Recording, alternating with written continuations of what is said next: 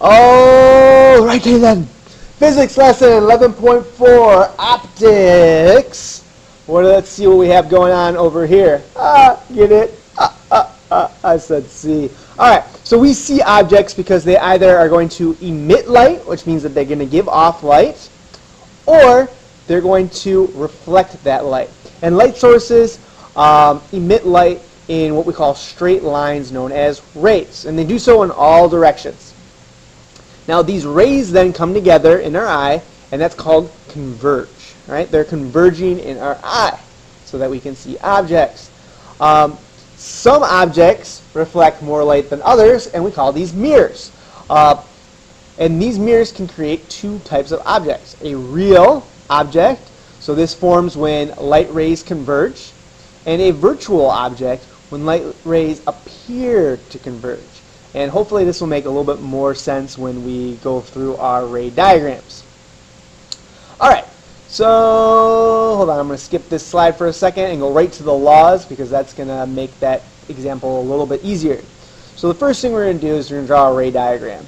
And our ray diagram is going to follow the law of reflection, which states that whatever angle the light ray hits the surface, it's going to reflect at that same angle. And you cannot see it, but I'm shaking my hands because for some reason I forgot that I'm not using Camtasia. I am using just the recorder, so you can only hear my voice. So I can literally do whatever I want and you won't be able to see.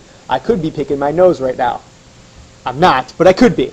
Anyways, first thing you want to do is you want to draw a ray of light from your object.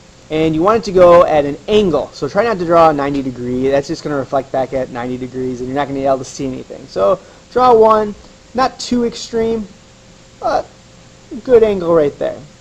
Then you're going to want to match that angle from our normal line. And that's going to go that way. This is where it gets a little bit tricky. You're going to extend this reflected ray, and only the reflected ray, back. These are our virtual lines. These are our lines of sight. This is what we see. So our image that we are seeing is going to be over here. And make sure to do the bottom same way, reflect it and extend it back so you can see where our object is. And it's our virtual lines that are coming together. Right? The image that we are seeing is due to our virtual lines. And that is a virtual image, which is what this question was asking. Is it real or is it virtual? It's virtual because they appear to converge. Alright, let's talk about concave mirrors. Concave mirrors can be a little bit tricky. It helps to remember that they're basically just spherical in nature. So it works like a sphere. There's a center of a sphere and there's a radius, just from one end to the center. There's also a focal point, which is half the distance from the center to the other end. In other words, the radius divided by 2, and that is our focal length. Alright, as far as rules go, first thing you're going to want to do is you're going to want to have a ruler out. It doesn't have to be a protractor, but a ruler is going to be, or some kind of straight edge. And you're going to make a reference point. This is known as our operational line. And all of our angles, everything that we're going to do is going to be measured from this operational line. It's just a flat surface that we can identify where things are moving to and from. So I'm going to use blue because, you know, blue ray. I got jokes. Anyways, step number 2. And there's a couple parts of this step.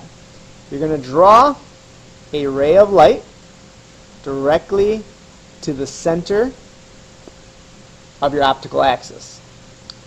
Then you're going to match that angle and reflect it back this way.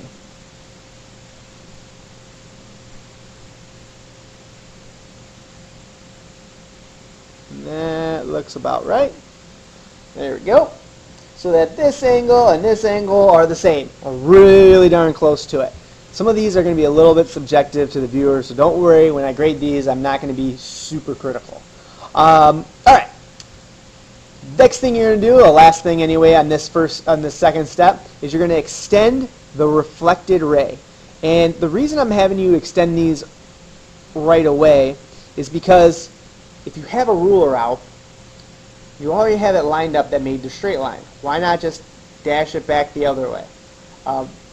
Technically, you don't need these on some of them, and there would be an additional 2 steps that says go back and retrace your reflected, but I always thought it was easier just to continue what you were doing. All right, next, go back to our blue rays, and you're going to draw one and stop at the operational line again. All right, so this is a mirror, so that means it's going to reflect. So you're going to take your ray from the mirror and reflect it back. Now here's the tricky part. It needs to reflect back through the focal point. So that F right there, it has to reflect back through it. All right, now the point where they cross, that's the top of your image. You know it's the top because both of the rays that came off of it were from the top. And again, just like you did before, extend it back this way. These aren't able to connect, so we're going to see a different image over here, right? It's going to be a real image because they're from our light rays. Our image is going to be over here, not over here. All right. Last step. You need to draw one from the bottom so you can get a reference point. There we go. Now, because we're on the optical axis, it's going right at 90, it's going to reflect right back. So this is where the bottom is going to be. So our image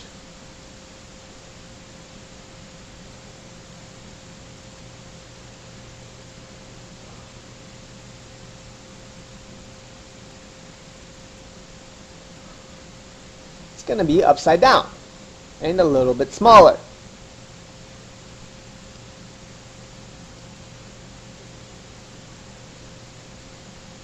Equation-wise, this is what we're looking at. We have magnification,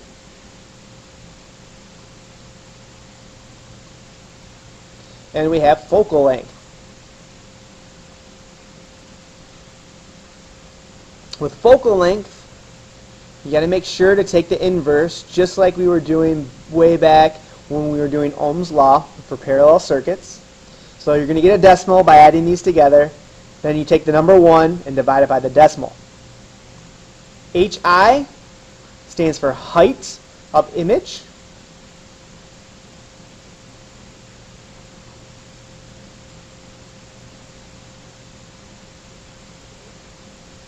HO is the height of object. DI is the distance of the image. DO is the distance of the object.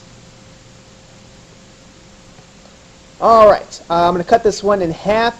I have some quick practice assignments here that you can do. Why don't I just go through one real fast? I know this is running a tad bit longer than they normally do, but it does take some time. Alright, step number 1. Right to the center. Then you're going to reflect it at the same angle.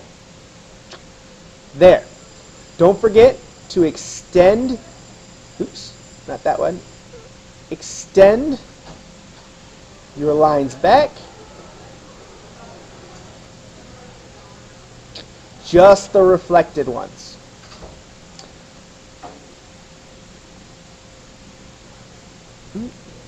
Oops. And draw one right to the optical axis here. Reflect that one through your focal point. So the spot where they hit each other, that's going to be the top of your image. Then you can go ahead and extend that one backwards as well, so it kind of goes off the sheet. Notice that these do not come together, so it is not a real image, or it's not a virtual image, it is a real image because the solid lines are coming together. And then don't forget about the bottom. Bottom goes right to the center, reflects back at that same angle, and our image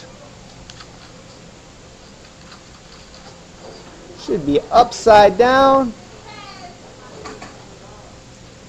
right about there.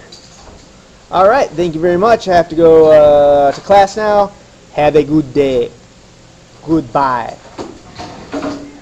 Goodbye.